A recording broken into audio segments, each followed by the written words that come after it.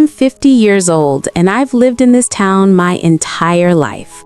I know every road, every house, every family. I thought I knew every secret too, but I was wrong. My name is Margaret, and this is the story of how a stranger bought a piece of land that had been in my family for 3 generations, and how what he found beneath that old barn changed everything I thought I knew about the people I loved most. It started 6 months ago, spring, the kind of spring morning where the air smells like fresh earth and possibility. I was having coffee on my porch when I saw the for sale sign go up across the field. My grandfather's barn, the one that had sat empty for 20 years ever since Grandpa died and left it to my Uncle Robert. Robert never did anything with it, just let it sit there, rotting slowly into the ground. The roof caved in on one side, the doors hung crooked. Kids from town used to dare each other to go inside at night, said it was haunted. I never believed that. It was just an old barn, nothing special, nothing worth keeping. But apparently, someone thought differently. The man who bought it arrived on a Tuesday. I remember because Tuesday was the day I visited Mama at the nursing home, and I drove past the property on my way. There was a truck parked in the field. Not a fancy truck, just a working truck, the kind a man uses when he has actual work to do. And there was a man standing next to it, looking at that barn like it was the most important thing in the world. He was younger than I expected, maybe 40, tall, quiet-looking, the kind of man who keeps to himself. He didn't wave when I drove past, didn't even look up, just stood there studying that barn like it held answers to questions nobody had asked. I asked around town about him. You know how small towns are. Everybody knows everybody's business. But nobody knew anything about this man. He'd paid cash for the property, didn't need a mortgage, didn't need references, just signed the papers and took possession. His name was Daniel Thorne, and that's all anyone could tell me. Why would anyone buy that old wreck? My friend Linda asked me at the grocery store. There's nothing there but rotted wood and rat nests. I agreed with her then. I couldn't imagine what he wanted with it. But 3 weeks later, I started to understand. And what I understood made my blood run cold. I was driving past the property again, this time at dusk, and I saw something that made me pull over. Daniel Thorne was digging, not just digging a little hole for a fence post or a garden. He was digging deep, methodical, like he knew exactly where to dig. And that's when I remembered something my grandfather had said to me once, 40 years ago, when I was just a little girl sitting on his knee. He'd said, "Margaret, there are some secrets that should stay buried, you understand? Some things are better left in the ground." I hadn't understood then, but watching that man dig in the fading light, I started to wonder, what had my grandfather buried out there, and how did Daniel Thorne know to find it? I didn't sleep that night. I kept seeing that image in my mind. Daniel Thorne standing in that field with a shovel, digging like his life depended on it, digging like he had a map, digging like he knew. The next morning, I did something I'm not proud of. I called my Uncle Robert. We hadn't spoken in almost 2 years, not since the argument about selling Mama's house. Robert wanted the money. I wanted to keep it in the family. He called me sentimental. I called him selfish. We both said things we couldn't take back. But this was different. This was about Grandpa's land. He answered on the 4th ring. His voice was rough, like he'd just woken up, or like he'd been drinking. With Robert, it was hard to tell the difference. "What do you want, Margaret?" No hello, no how are you, just straight to business. That was Robert. "Someone bought the barn," I said. Silence, long enough that I thought he'd hung up. "Robert, did you hear me?" "I heard you." His voice had changed, gone tight, careful. "Who bought it?" "Man named Daniel Thorne, paid cash. You know him?" "No." Too quick, too defensive. He was lying. "Robert, what's going on? What was Grandpa hiding out there?" "I don't know what you're talking about," but I could hear something in his voice. Fear, maybe, or guilt. "The barn's sold. It's not our problem anymore. Stay away from it, Margaret. Stay away from him." And then he hung up. I sat there holding the phone, my hand shaking. Robert knew something he didn't want me to find out, and that made me more determined than ever to figure out what Daniel Thorne was digging for. I decided to go talk to him directly. Maybe it was foolish, maybe it was dangerous, but I needed to know. I drove out to the property that afternoon. His truck was there, parked in the same spot, and he was there too, down in the field, still digging.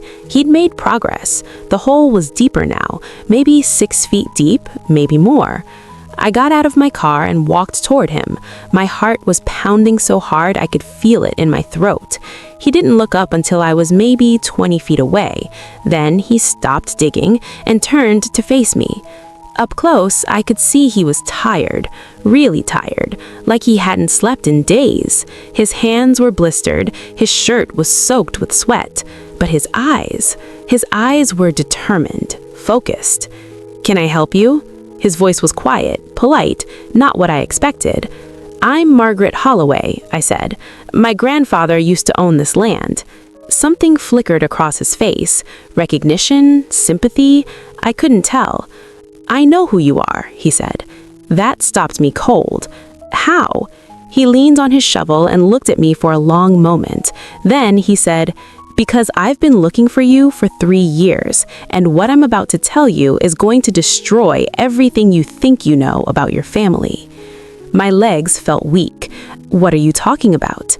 He reached into his truck and pulled out a manila envelope, old, worn, like it had been opened and closed 100 times. He handed it to me. "Your grandfather," he said slowly, "killed my father, and the proof is buried right here, under this field." The world tilted. I couldn't breathe, couldn't think. "That's impossible," I whispered. "My grandfather was a good man. He would never—" "Open the envelope, read what's inside, and then decide if you still think he was a good man." My hands were shaking so badly I could barely open it, but I did. I pulled out the papers inside, newspaper clippings from 50 years ago, police reports, photographs, and a letter, handwritten, in my grandfather's writing. I recognized that writing. I'd seen it 1,000 times, on birthday cards, on Christmas presents, on notes he believed for Grandma, but I'd never seen it say anything like this. The letter was a confession, and as I read it, standing there in that field with the sun beating down and Daniel Thorne watching me with those tired, determined eyes, I felt my entire world crumble into dust. Because my grandfather hadn't just killed Daniel's father, he'd buried him, right here, under this barn, and he'd kept that secret for 50 years. I don't know how long I stood there, reading and rereading that letter. Minutes, hours. Time stopped meaning anything. The words blurred together, but their meaning was crystal clear. My grandfather, the man who taught me to fish, who took me to church every Sunday, who told me stories about honor and integrity, was a murderer. "I don't understand," I finally said, my voice barely above a whisper. "Why? Why would he do this?" Daniel took the letter back from my trembling hands and carefully returned it to the envelope. "My father's name was James Thorne. He worked for your grandfather back in 1973. They were partners in a construction business, building houses for the new subdivision on the east side of town. I remembered hearing about that. Grandpa made good money that year, bought Grandma a new car, paid off the mortgage on their house. I was just a baby then, but I'd heard the stories. According to the documents I found," Daniel continued, "my father discovered your grandfather was cutting corners, using substandard materials, falsifying inspection reports. Dad threatened to go to the authorities to expose the whole operation." He paused, looking out across the field. 3 days later, my father disappeared. Just gone. My mother was pregnant with me at the time. She reported him missing. The police investigated, but they never found anything. No body, no evidence, nothing. Your grandfather told everyone my dad must have run off, abandoned his pregnant wife, left town to start over somewhere else. The anger in his voice was controlled, but I could hear it simmering underneath. 50 years of anger, of not knowing, of believing his father was a coward who'd abandoned him. "My mother believed it," he said quietly. "She died 10 years ago, still believing my father didn't want us, still believing he chose to leave."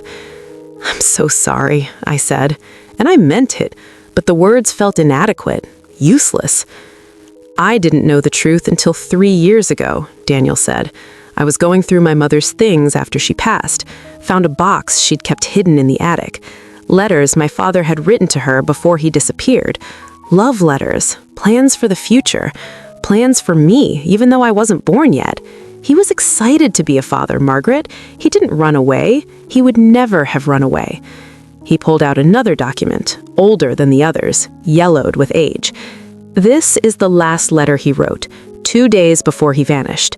He told my mother he was going to confront your grandfather one more time, give him a chance to make things right, do the repairs properly, pass the inspections honestly.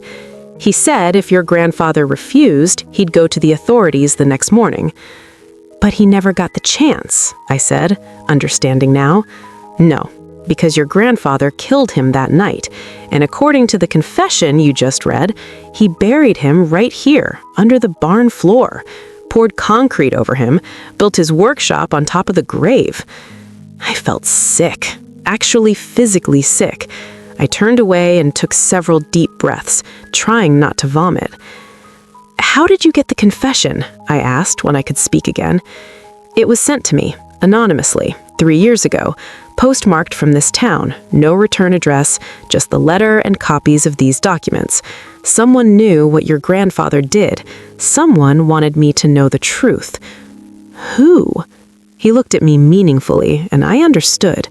Someone in my family, someone who knew the secret, someone who wanted it exposed. Uncle Robert, it had to be. That's why he'd sold the land so quickly when Daniel made an offer, why he'd told me to stay away. He knew what was coming. Maybe he'd even been the one to send Daniel the confession.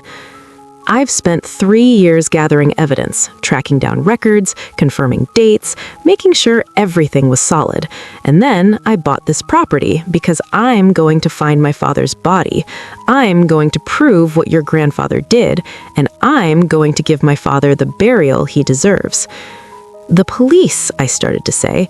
"You should call the police. Let them handle this." I did. 3 years ago when I first got the confession. They said it was too old, no active investigation, no evidence beyond the letter. They needed proof before they could act. They needed a body. He turned back to the hole he'd been digging. "So I'm finding them a body." I looked at that hole, at the dark earth, at the concrete foundation visible now at the bottom, and I thought about my grandfather, about the man I'd loved, the man I'd trusted. "I want to help," I heard myself say. Daniel looked at me surprised. "Why would you do that?" "Because if what you're saying is true, if my grandfather really did this, then your father deserves justice, and my family needs to face the truth, no matter how much it hurts." He studied me for a long moment, then he handed me a shovel. "Okay," he said, "let's find out what's really buried under this field." And together, we started to dig. We dug for 3 hours straight. The sun climbed higher, beating down on us without mercy.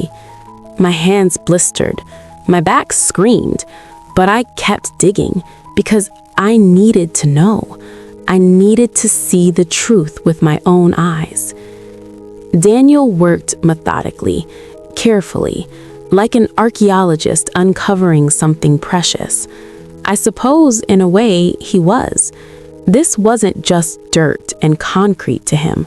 This was his father, the man he'd never known, the man he'd spent his whole life believing had abandoned him. Around 4 in the afternoon, Daniel's shovel hit something that wasn't dirt or concrete, something that made a different sound, hollow, final. He stopped immediately, set the shovel down, got on his knees and started clearing away the dirt with his hands. I stood there, frozen, watching. My heart was pounding so hard, I thought it might break through my ribs. "There," he said quietly. "There it is." I moved closer, looked down into the hole, and there, partially exposed in the dirt, was fabric. Old fabric, rotted and disintegrated in places, but still recognizable as clothing. And beneath the fabric, bones. I turned away, my hand over my mouth. It was real. All of it was real. My grandfather had killed this man, had buried him like trash, had built his workshop on top of the grave, and gone on with his life like nothing had happened. "I need to call the police," Daniel said, his voice thick with emotion. "This is a crime scene now. They need to process it properly, document everything." I nodded, unable to speak. He made the call, told them what we'd found, gave them the address. They said they'd send someone immediately. While we waited, Daniel sat on the edge of the hole, just staring down at those bones. His father, after 50 years, finally found. "Did you ever wonder," I asked quietly, "growing up, did you ever think maybe the story was wrong? Maybe he didn't leave?" "Every day," Daniel said. "Every single day. But my mother was so convinced, so certain, and everyone in town said the same thing. James Thorne ran out on his family. James Thorne was a coward. James Thorne didn't want the responsibility of a child." He wiped his eyes. "I grew up believing I wasn't wanted, that I was the reason my father left, that if I'd never been conceived, maybe he would have stayed. Do you know what that does to a kid? To grow up thinking you're the reason your father abandoned you?" "I'm so sorry," I said again. The words still felt inadequate. "I joined the military when I turned 18, spent 20 years in the army, saw combat, saw things that would break most people. And you want to know the worst part? The worst part was coming home on leave and seeing my mother still waiting, still hoping, still believing that maybe one day he'd walk through that door and explain everything." "She never gave up on him," I said softly. "No, she never did, and I hated him for that. I hated him for what he put her through, for what he put me through." He looked up at me. "But he didn't do any of it. He didn't choose to leave. He didn't abandon us. Your grandfather took that choice away from him. Your grandfather took everything." The police arrived 20 minutes later. 3 cars. Sheriff Morrison, who I'd known my whole life, got out first. He looked at me, standing there, covered in dirt, looked at Daniel, looked at the hole with the exposed remains, and his face went pale. "Margaret," he said, "what in God's name is going on here?" So I told him everything about Daniel's father, about the confession, about my grandfather. Sheriff Morrison listened, his expression growing darker with every word. "Jesus," he said when I finished. "Henry Holloway. I knew him, respected him. He was a deacon at the church, coached Little League. I would never have. None of us would have. But that doesn't change what he did." The sheriff called in the state police, called the county coroner. By nightfall, the property was swarming with officials, crime scene tape everywhere, lights set up around the hole, forensic teams carefully excavating the remains. Daniel and I were separated, questioned, our statements taken. They kept us there until almost midnight, going over everything again and again, making sure our stories matched, making sure this wasn't some kind of elaborate hoax or mistake. But it wasn't a mistake. The bones were real, and when they dug deeper, they found more. Personal effects, a wallet with identification still intact, preserved by the dry concrete, James Thorne's wallet, James Thorne's driver's license, James Thorne's photograph, faded but still recognizable. Daniel broke down when they showed him that photograph, just completely broke down, fell to his knees in the dirt and sobbed like a child, because for the first time in his life, he was looking at his father's face, the face he'd never seen, the face his mother had refused to show him because it hurt too much. I wanted to comfort him, but the police wouldn't let me near him. They were treating this as a homicide investigation now, and I was the granddaughter of the suspected killer, which made me, what? A person of interest? A potential accomplice? It was almost 1 a.m. when they finally let me go home. Sheriff Morrison drove me himself. We didn't talk much. What was there to say? "Margaret," he said as we pulled up to my house, "this is going to get ugly, real ugly. The media will be all over it. Your family name, it's going to be dragged through the mud. You understand that?" "I understand." "You sure you want to be involved in this? You could walk away, let Daniel and the state handle it. No one would blame you." I looked at him. "My grandfather killed that man, Sheriff. Killed him and buried him and lied about it for 50 years. I can't walk away from that. I won't." He nodded slowly. "Your grandfather was my friend. This is going to destroy his memory. Everything good people remember about him, gone. Maybe he should have thought about that before he murdered someone." Sheriff Morrison didn't have an answer for that. I went inside my house and sat in the dark for a long time, just thinking about Grandpa, about all the memories I had of him. Were all them lies? Was everything I thought I knew about him just a carefully constructed facade hiding the monster underneath? My phone rang. Unknown number. I almost didn't answer, but something made me pick up. "Margaret?" It was Uncle Robert. His voice was shaking. "Margaret, what have you done?" "I found the truth you knew about and never told anyone." "You don't understand. You don't know the whole story." "Then tell me the whole story, Robert." Silence, long and heavy. "It wasn't just Dad," Robert said. "I was there that night. I helped him bury the body." The phone slipped from my hand, clattered onto the floor. I could hear Robert's voice, tinny and distant, still talking, but I couldn't move, couldn't breathe. Robert, my uncle, he'd been there. He'd helped. I picked up the phone with shaking hands. "What?"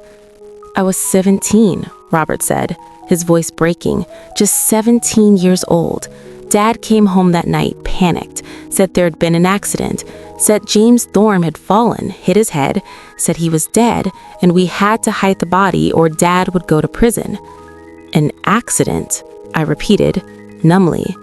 "That's what he told me. I was a kid, Margaret. I believed him. I thought I was protecting my father, protecting our family." "So you helped him bury a man, helped him pour concrete over a grave, helped him build a workshop on top of it." My voice was cold, hard. I barely recognized it as my own. "I was 17, Robert shouted. "What was I supposed to do? Turn in my own father? Destroy my family? I made a choice. Maybe it was the wrong choice, but I made it, and I've lived with it every day for 50 years. You sent the Daniel the confession, didn't you? That's how he knew." A long pause. Then, quietly, "Yes." "Why? Why now, after all this time?" "Because I'm dying, Margaret." His voice cracked. "Liver cancer, stage 4. The doctors give me 6 months, maybe less. And I couldn't leave this world knowing that boy grew up thinking his father abandoned him, knowing that man never got a proper burial, never got justice." I sank into a chair, my legs giving out. "I sent the confession anonymously because I'm a coward. I couldn't face it myself, couldn't go to the police, couldn't tell you or Mom or anyone.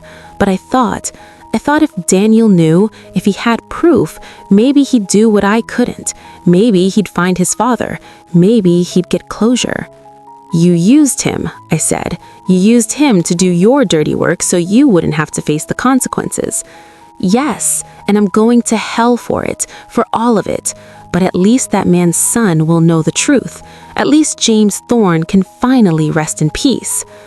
The police are going to find out you were involved, I said. They're going to come for you. I know. I've already called my lawyer. I'm turning myself in tomorrow morning, going to tell them everything, face whatever consequences come. Good, I said flatly. Margaret, I'm sorry. I know that doesn't mean anything. I know sorry doesn't fix this, but I am. I'm so goddamn sorry. I hung up, didn't say goodbye, didn't say I forgave him, because I didn't. I don't know if I ever could. The next morning, the story broke. Front page of every newspaper, lead story on every news channel. 50-year-old murder solved, prominent businessman's dark secret exposed. They had photos of my grandfather, respectable, distinguished, standing with the mayor, shaking hands with the governor, receiving an award for community service.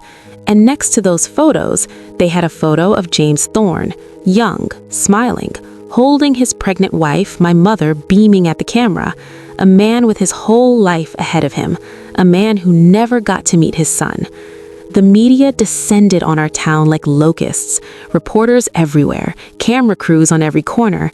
They camped outside my house, outside Daniel's hotel, outside the nursing home where my mother lived, confused and frightened by all the noise and attention.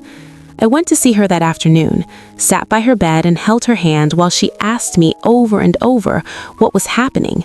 Why were there so many people? Why was everyone talking about Daddy? She has dementia, advanced. Most days she doesn't know who I am, but she remembers my grandfather. She remembers him young and strong and loving, and I couldn't bring myself to tell her the truth, couldn't take that away from her. Daddy was a good man, she kept saying. A good man. He loved us so much. I know, Mama. I know he did. Daniel came to see me 3 days after they recovered his father's body. He looked different, lighter somehow, like a weight had been lifted, like he could finally breathe after holding his breath for 50 years. They're releasing the remains next week, he said. I'm going to bury him properly, next to my mother, where he should have been, all along. I'd like to come, I said, to the funeral, if that's okay. He looked surprised. Why would you want to do that? Because your father deserves to have people mourn him, people who care about justice, even if it comes 50 years too late. And because I need to. I need to stand there and acknowledge what my family did. I need to bear witness. Daniel studied me for a long moment. Then he nodded. Okay, you can come. Thank you. The police questioned your uncle, he said. He confessed to everything, told them the whole story, how your grandfather claimed it was an accident, how Robert helped cover it up because he was scared and young and didn't know what else to do. Do you believe that? I asked. That it was an accident? His jaw tightened. No, the forensic report came back. My father had multiple skull fractures, defensive wounds on his hands. He was beaten to death, Margaret. It wasn't an accident. It was murder. I closed my eyes. Oh, God.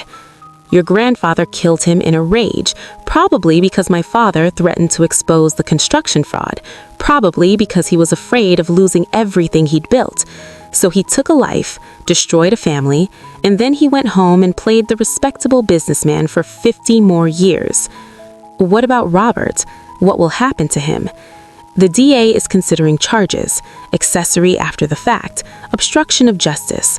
But given his age and his cancer diagnosis, they might offer a plea deal, house arrest, probation. He'll probably die before any trial. He's my uncle, I said quietly. I grew up with him, and now I don't even know who he is. Yeah, Daniel said. I know that feeling. We sat in silence for a while. Two people bound together by a 50-year-old crime. Two people trying to make sense of how the people we loved could do such terrible things. What will you do now? I asked finally, after the funeral, after all this is over. Daniel looked out the window at the reporters still lingering outside. "I don't know," he said. "I spent 3 years of my life tracking this down, uncovering the truth, and now that I have it, I don't know what comes next." "Maybe peace," I suggested. "Maybe closure." "Maybe," he said, but he didn't sound convinced. He left a few minutes later, and I sat there, alone in my house, surrounded by photos of my grandfather, photos I needed to take down, memories I needed to let go of. Because the man in those photos wasn't who I thought he was. He was a stranger, a murderer, and I would spend the rest of my life trying to understand how I never saw it, how none of us saw it.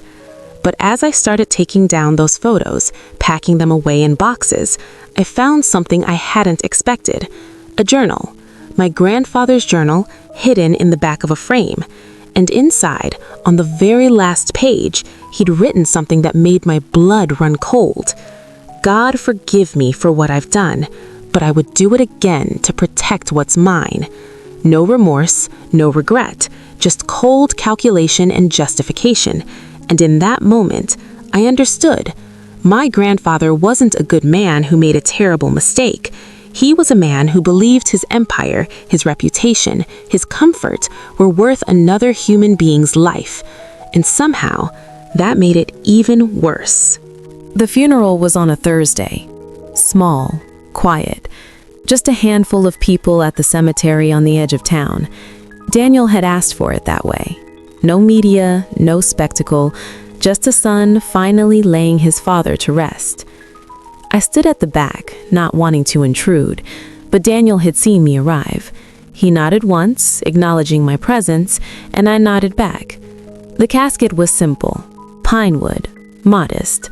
Daniel had said his father would have liked that, would have appreciated the simplicity. James Thorne had been a working man, a man who believed in honest labor and keeping your word, a man who died because he refused to compromise those values. The pastor spoke about loss and redemption, and how justice, even delayed, is still justice. He spoke about a son's love for a father he'd never known, about the bond that survives even death, even 50 years of lies. When it came time for Daniel to speak, he walked to the casket and placed his hand on the wood. His voice was steady, but I could see his shoulders shaking. "Dad," he said simply, "I finally found you. I'm sorry it took so long. I'm sorry you had to wait all these years in the dark, alone, forgotten by everyone except Mom. She never forgot you, never stopped loving you, never stopped believing you'd come home." He had to pause, composing himself. "She's waiting for you now, right over there." He gestured to the plot next to the one they were lowering his father into, his mother's grave. "You'll be together now, like you always should have been, like you would have been if Henry Holloway hadn't stolen that from you." He said my grandfather's name like a curse, and I couldn't blame him. "I don't know if you can hear me," Daniel continued. "I don't know if there's anything after this, but if there is, I hope you know that I found the truth.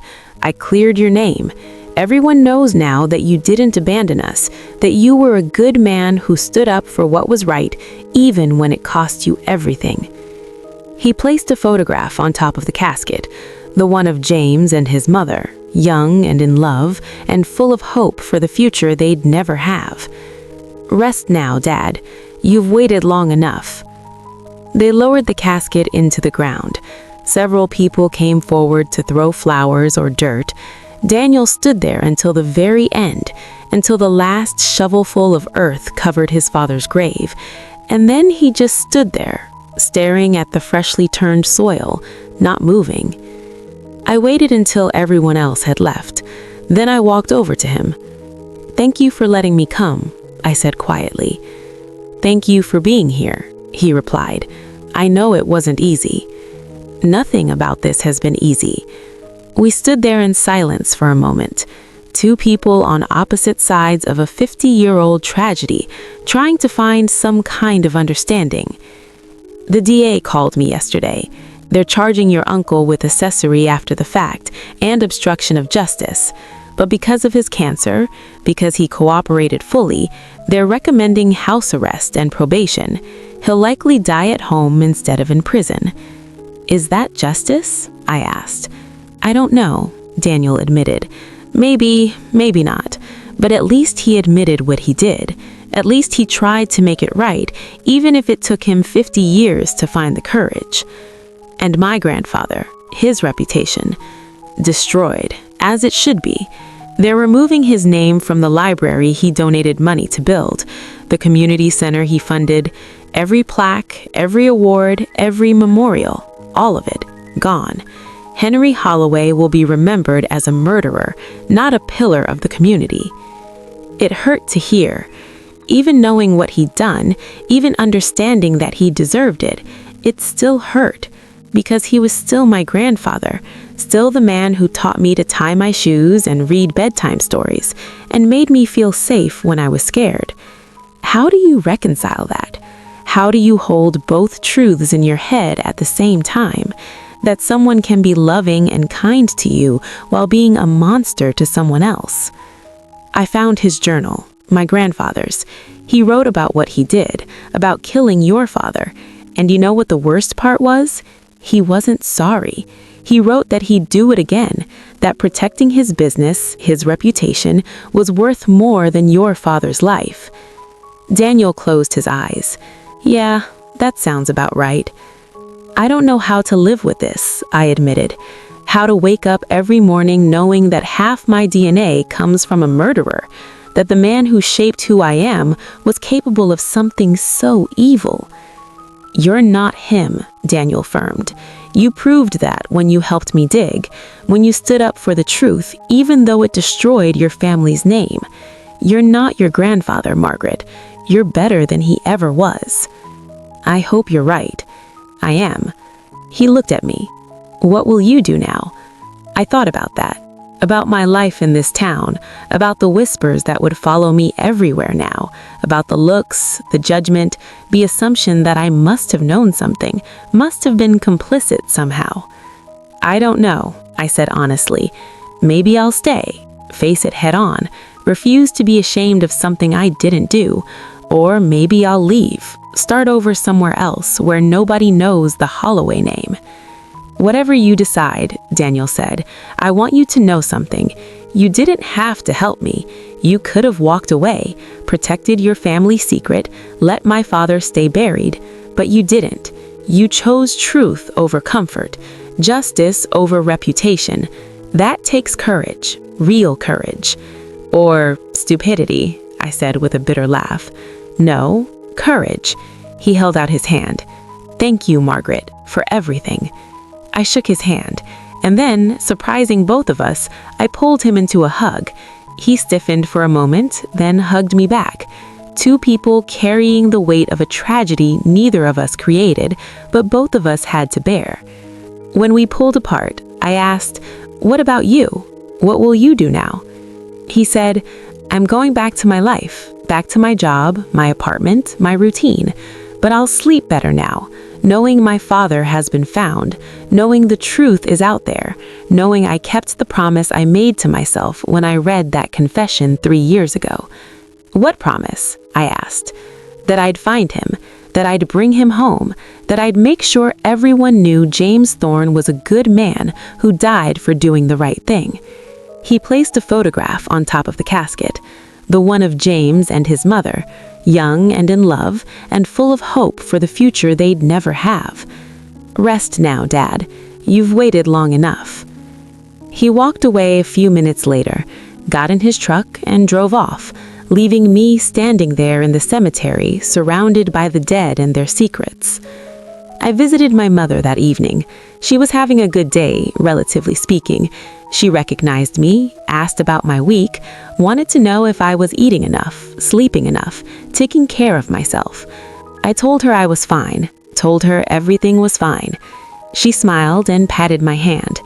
"You're a good girl, Margaret. Your grandfather would be so proud of you." I felt tears sting my eyes. "Mama, Grandpa, he wasn't who we thought he was." But she wasn't listening anymore. Her attention had drifted to the window, to the birds outside, to some memory I couldn't access. Maybe that was a blessing. Maybe it was better that she'd never know the truth, never have to reconcile the man she loved with the monster he really was.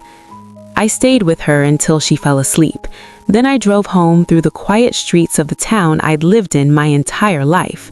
The town that knew my secret now. The town that would never look at me the same way again. When I got home, I found a letter taped to my door. No stamp, hand-delivered. I opened it carefully. Inside was a single page handwritten, from Daniel. Margaret, I wanted to thank you again for everything you've done. I know this has cost you more than I can ever repay. Your family name, your reputation, your peace of mind. But because of you, my father can finally rest. Because of you, the truth is known. Because of you, justice was served. I'll never forget that. I'll never forget you. If you ever need anything at all, you know how to find me. With gratitude and respect, Daniel Thorne. I folded the letter carefully and added it to the box where I'd packed away my grandfather's things. The photos, the awards, the journal. All the pieces of a life built on a lie. Tomorrow, the sun would rise. Life would go on. People would talk, judge, speculate. Some would blame me for exposing the truth. Others would praise me for it. Most would just be grateful for the scandal, for something to discuss over coffee and dinner for months to come. But tonight, I sat on my porch in the dark and thought about secrets, about the ones we keep and the ones we bury, about the weight they carry and the damage they do, about how one man's decision 50 years ago had echoed through decades, destroying lives, warping futures, leaving scars that would never fully heal. My grandfather bought that old barn to hide his crime, to bury his victim and his guilt beneath concrete and wood and years of silence. He thought if he built something on top of it, if he lived his life normally enough, if he smiled and shook hands and played the respectable businessman, that the truth would stay buried forever. But the truth never stays buried. Not really. It waits, patient, persistent, until someone brave enough or angry enough or desperate enough comes looking for it. Daniel Thorne came looking, and he found it. Found his father, found justice, found peace. And me? I found out that the people we love can carry terrible secrets. That the man who taught me right from wrong had violated every principle he claimed to believe in. That family legacies are built on foundations we never think to question until they crack beneath our feet. He bought the old barn quietly. He found what was beneath the field, and it was ours. Our crime, our shame, our truth. And now, 50 years later, we finally had to face it. If this story moved you, if it made you think about the secrets we keep and the truths we hide, I'd be grateful if you'd take a moment to like this video and subscribe to the channel. Share it with someone who understands that justice, even when it comes late, still matters. That the truth, no matter how painful, is always better than a comfortable lie. Thank you for listening to Margaret's story. Thank you for bearing witness to a 50-year-old tragedy that finally found its ending. And remember, the truth is always waiting to be found.